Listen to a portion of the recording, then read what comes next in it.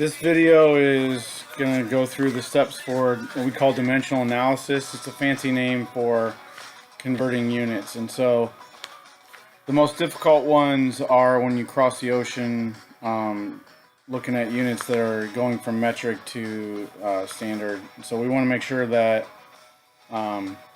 we have a method for doing that. So I have 100 meters, 9.58 seconds. This is similar to the warm-up problem that we talked about. Just want to step through it a little bit more. So we know we want to end up with miles per hour. So I'm going to look, I have meters per second. So I got to do something to get rid of seconds. And I want to end up with hours. So I know a relationship between second and hours, I can do that. And then we want to have something that gets rid of meters and ends up with miles. Now, on the one paper, there's a ratio, or they'll give that to you.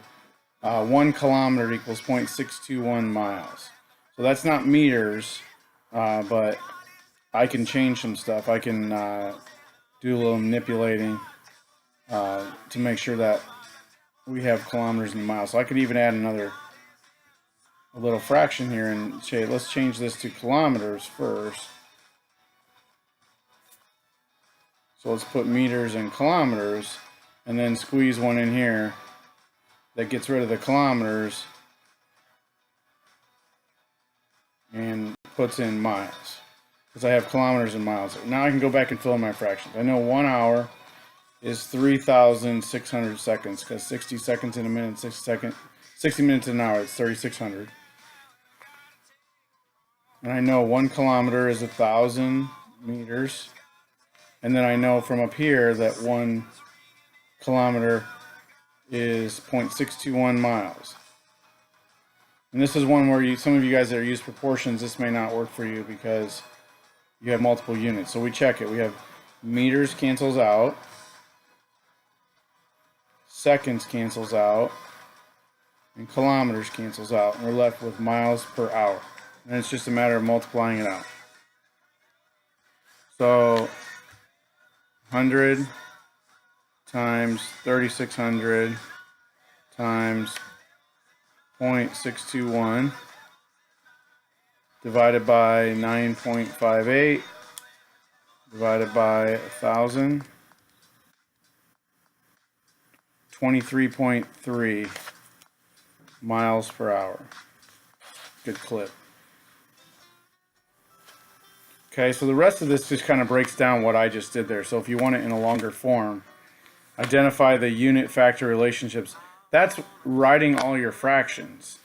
Getting all your fractions written out, it doesn't matter what the numbers are. If we have meters per second, then I know I need seconds and hours to cancel out the seconds.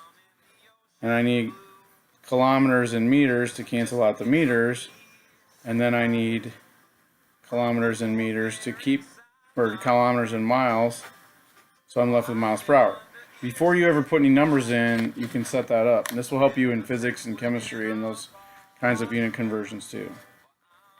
Okay, so these are just explaining the steps more in detail what we did. Okay, so this whole paper walks you through that one problem, but I think after doing a few in class, you may not need that much steps. Okay.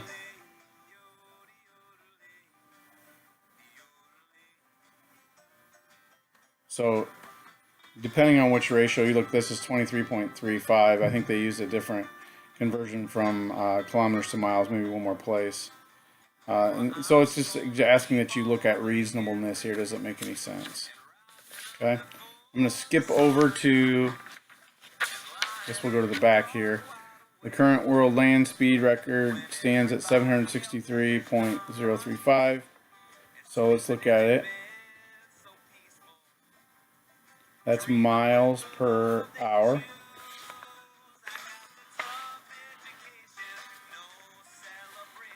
And it says, how fast was he traveling in feet per second? So I need something to get rid of hours. And I want that to be in seconds. And then I need something to get rid of miles. And I want that to be in feet. And then you can fill in your fractions. So what happens is the miles will cancel out. The hours will cancel out, be left with feet per second. So 5,280 feet in 1 mile. And then it's just a matter of multiplying 763.035 times 5,280 divided by 3,600. 1,119. Forgot a 1 there. 0.118. So depending on how they want. If you want to give this a little bit of perspective, it's pretty fast. A little perspective for you.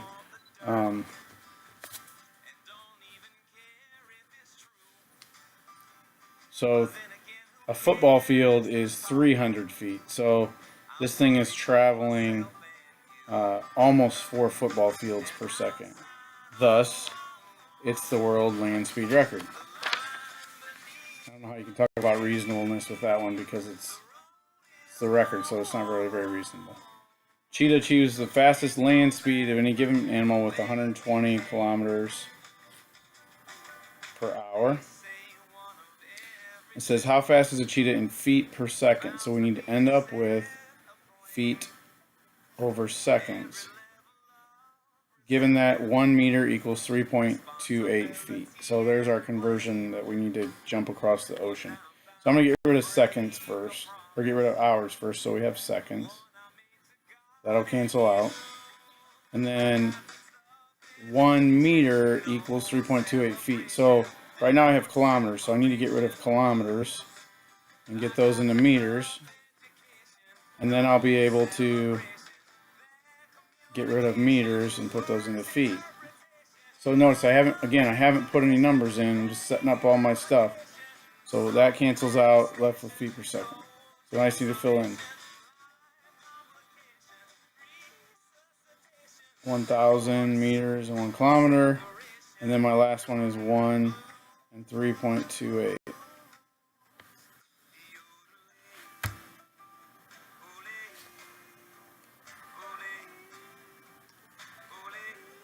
There's a little yodeling going on down here by the Avett brothers.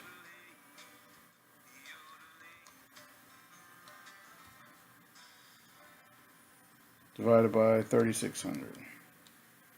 So 109.3 repeating feet per second. Again, then you go and look and see where they went around to. Probably 3 sig figs because it's in that original. Okay. So a few more conversions here. 43.75 meters per second into miles per hour. So I need to have something that gets rid of seconds. That's gone. So now right now I have meters per hour. So I need something that gets rid of meters and puts it into miles. So I know that 1 kilometer equals 0.621 miles. So I want to first get this to kilometers. So I'm going to put my meters down here, kilometers here, and then I can put my kilometers here and my miles here, and I'll learn a little bit. So again, kilometers cancels out with kilometers.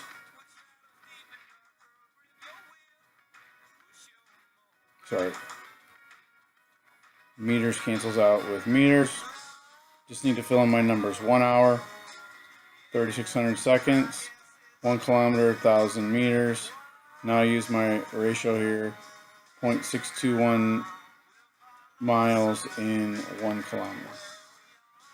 And multiply it out.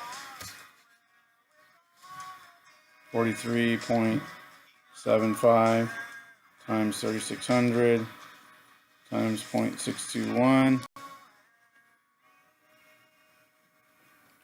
divided by 1,000.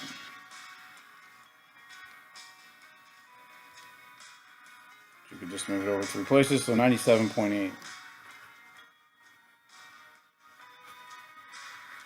get used to writing your units as a fraction, even if they're not written that way to give you at the beginning. Okay, so this is where it gets a little bit tricky. Area, 1 foot does not equal the same conversion as 1 square foot because we're multiplying this. So you just got to be careful of how you do this. So this is 43,582 square feet. And we want to convert that into square meters. So what I know from one of the other problems is that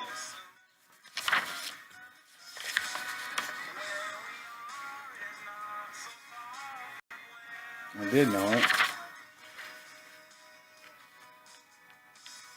No pause button on my recording, so you're just stuck with this.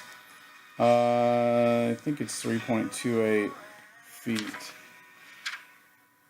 1 meter is 3.28 feet. There we go, found it. Okay, so 1 meter equals 3.28 feet. So what you have to think about is that we are squaring this. So to get rid of 1 foot, you can use that once, but to get rid of it twice, so it doesn't matter to me how you think about this, but understand to make a conversion, you're going to have to square the conversion. Okay? And so I'm taking 43,582 divided by 3.28 squared. And that's 4,050.97 blah blah blah meters squared. And looking at for reasonableness, so a meter is about 3 feet. If you just want to think about it basically as a rough, that means 1 square meter is about 9 square feet. So if you took your answer and divided by 9, you'd get something close to that. It's a good estimate. And I'm not going to convert this one for you. You're going to have to get that off of your paper, but I know that you're going to want to do this.